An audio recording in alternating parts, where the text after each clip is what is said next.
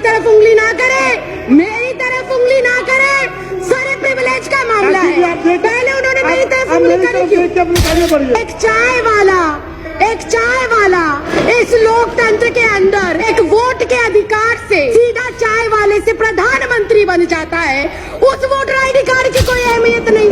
एक चाय वाला क्या बात करते हो कि जिस पहचान पत्र की बदौलत एक तड़ी पार व्यक्ति इस देश का गृह मंत्री बन जाता है। जिस मैंने नाम नहीं लिया, तड़ी पार कौन है? तड़ी पार कौन है? तड़ी पार कौन है? चाय वाला कौन है? इतनी गर्माहट क्यों? क्यों इतनी मिर्ची लग गई? क्यों इतनी मिर्ची लग गई? आपको इतनी दिक्कत क्या हो गई? आपको इतनी परेशानी क्या हो गई? मैंने तो किसी का नाम भी नहीं लिया। जिस वोटर आईडी कार्ड से इनको सत्ता में चुनकर भेजा गया, जिस वोटर आईडी से देश के 128 करोड़ लोग इनको चुनकर भेजते हैं, उस वोटर आईडी कार्ड को भी ये हमारा सबूत के तौर पर मानने को तैयार नहीं। क्या हमारे देश के माननीय प्रधानमंत्री अपने माता पिता का जन्म प्रमाण पत्र दिखा पाएंगे? क्या हमारे देश के माननीय गृह मंत्री अपने माँ बाप का जन्म प्रमाण पत्र दिखा पाएंगे? क्या हमारे इस देश के रक्षा मंत्री हमारे अपने माँ बाप का जन्म प्रमाण पत्र दिखा पाएंगे? क्या आरएसएस प्रमुख मोहन भागवत अपने माँ बाप का प्रमाण पत्र दिखा पाएंगे? अगर ये संभव नहीं है, क्या उन्हें डिटेंशन सेंटर भेजा जाएगा? अगर वो लोग डिटेंशन सेंटर नहीं जाएंगे तो इस देश का आम गरीब मजलूब परिवार का सदस्य क्यों डिटेंशन सेंटर जाएगा?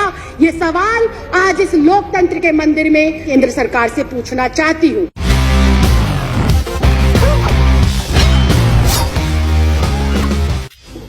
एनसीआर, एनपीआर और सीए को लेकर बहुत सारे सवाल हैं कि इस देश के अंदर इस समय एक ऐसी सरकार चल रही है जो बहुत कंफ्यूज है, जो बहुत अज्ञानी तरीके से, अनजान तरीके से, उसे पता ही नहीं है कि देश को किस ओर लेकर जाना है, देश के लिए क्या जरूरी है, देश के लिए कौन से मुद्दे महत्वपूर्ण हैं, देश के लिए कौन से कानून महत्वपूर्ण हैं। उनको इस चीज की बिल्कुल जानकारी नहीं है।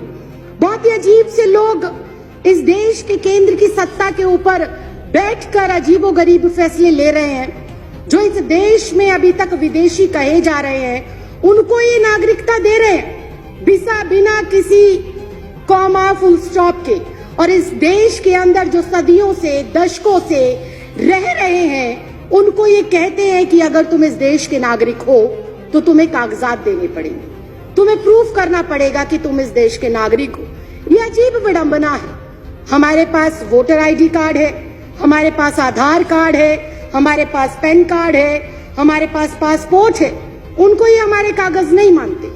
जिस वोटर आईडी कार्ड से इनको सत्ता में चुनकर भेजा गया, जिस वोटर आईडी से देश के 128 करोड़ लोग इनको चुनकर भेजते हैं, उस वोटर आईडी कार्ड को भी ये हमारा सबूत के तौर पर मानने को तैयार नहीं।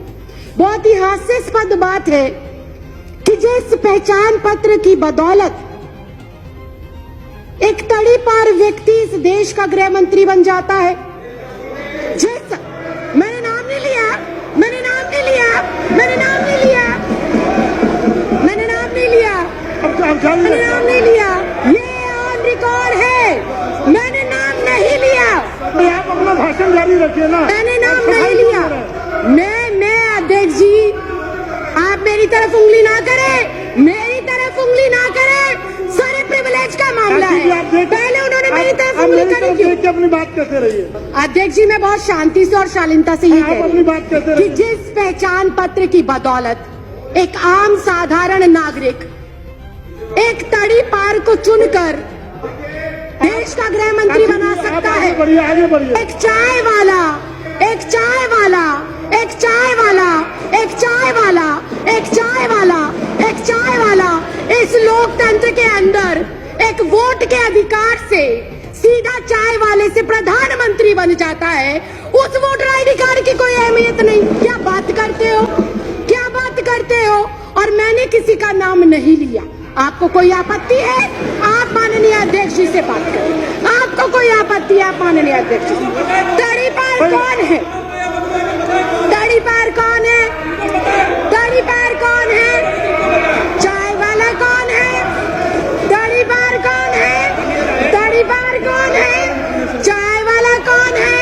मैंने कुछ नहीं कहा, मैंने किसी का नाम भी नहीं लिया। आप क्यों इतना आग बबूला हो रहे हैं? इतना आग बबूला क्यों हो रहे हैं? इतनी गर्माहट क्यों? इतनी गर्माहट क्यों? क्यों इतनी मिर्ची लग गई? क्यों इतनी मिर्ची लग गई? आपको इतनी दिक्कत क्या हो गई? आपको इतनी परेशानी क्या हो गई? मैंने तो किसी का नाम भी नहीं लिया, मैंने किसी दल का नाम नहीं लिया, मैंने किसी व्यक्ति विशेष का नाम नहीं लिया। जब एक मतदाता अपने मतदान का प्रयोग कर कर मेरे जैसी एक साधारण सी लड़की, 25 गज में रहने वाली लड़की को लोकतंत्र के इतने बड़े मंदिर में भेजता है, तो वो सबसे बड़ा प्रूफ होना चाहिए। बाबा साहब भीमराव अंबेडकर ने वोट डालने का अधिकार सबको दिया, और वो वोट डालने का अधिकार इस बात को सिद्ध करता है कि हम इस भारत देश के नागरिक हैं। मैं सिर्फ इतना कहना चाहती हूँ कि 1989 से पहले कानूनन ऐसी कोई प्रतिबद्धता, ऐसी कोई मजबूरी या अनिवार्य नहीं था कि एक कोई भी जो बच्चा पैदा होगा, जो भी व्यक्ति जन्म लेगा, उसका जन्म प्रमाण पत्र बनाया जाए। ऐसी कोई पॉलिसी नहीं थी। जब ऐसी पॉलिसी पहले नहीं थी तो मुझे समझ नहीं आता एनपीआर, एनआरसी और सीए के लिए माँ बाप का जन्म प्रमाण पत्र हो अनिवार्य, ये किस बिहाफ पर लिखा गया, ये बिल्कुल समझ के परे। और फिर एक बार फिर से विपक्ष को हो सकता है मेरी बातों से आघात पहुंचे, लेकिन ये कटु सत्य है कि अगर ये कंपलसरी है कि एनपीआर, एनआरसी और सीए के लिए अपने अपने माता पिता का जन्म प्रमाण पत्र दिखाना जरूरी है, तो क्या हमारे देश के माननीय प्रधानमंत्री अपने माता पिता का जन्म प्रमाण पत्र दिखा पाएंगे? क्या हमारे देश के माननीय गृह मंत्री अपने माँ बाप का जन्म प्रमाण पत्र दिखा पाएंगे? क्या हमारे इस देश के रक्षा मंत्री हमारे जो ये एनसीआर, एनपीआर और सीए है, इसके माध्यम से अपने माँ बाप का जन्म प्रमाण पत्र दिखा पाएंगे? क्या इस देश के माननीय राष्ट्रपति अपने माँ बाप का जन्म प्रमाण पत्र दिखा पाएंगे? क्या आरएसएस प्रमुख मोहन भागवत अपने माँ बाप का प्रमाण पत्र दिखा पाएंगे? क्या श्री एल.के. आडवाणी जी अपने माँ बाप का प्रमाण पत्र दिखा पाएंगे? या माननीय अध्यक्ष महोदय आप स्वयं अपने माँ बाप का प्रमाण पत्र दिखा पाएंगे? अगर ये संभव नहीं है, अगर ये संभव नहीं है, अगर ये संभव नहीं है, अगर ये संभव नहीं है, अगर ये संभव नहीं है, राखी जी, अगर ये संभव नहीं है, तो मैं माननीय अध्यक्ष महोदय सिर्फ इतना कहना चाहती हूँ कि जब बीजेपी का शीर्ष नेतृत्व, केंद्र में बैठे मंत्रिमंडल, प्रधानमंत्री, गृह मंत्री अपने माँ बाप का बर्थ सर्टिफिकेट नहीं दिखा सकते, तो क्या उन्हें, मैं कंक्लूड ही कर रही सर, क्या उन्हें डिटेंशन सेंटर भेजा जाएगा? अगर वो लोग डिटेंशन सेंटर नहीं जाएंगे तो इस देश का आम गरीब मजलूब परिवार का सदस्य क्यों डिटेंशन सेंटर जाएगा? ये सवाल आज इस लोकतंत्र के मंदिर में मैं आपके माध्यम से केंद्र सरकार से पूछना चाहती हूँ।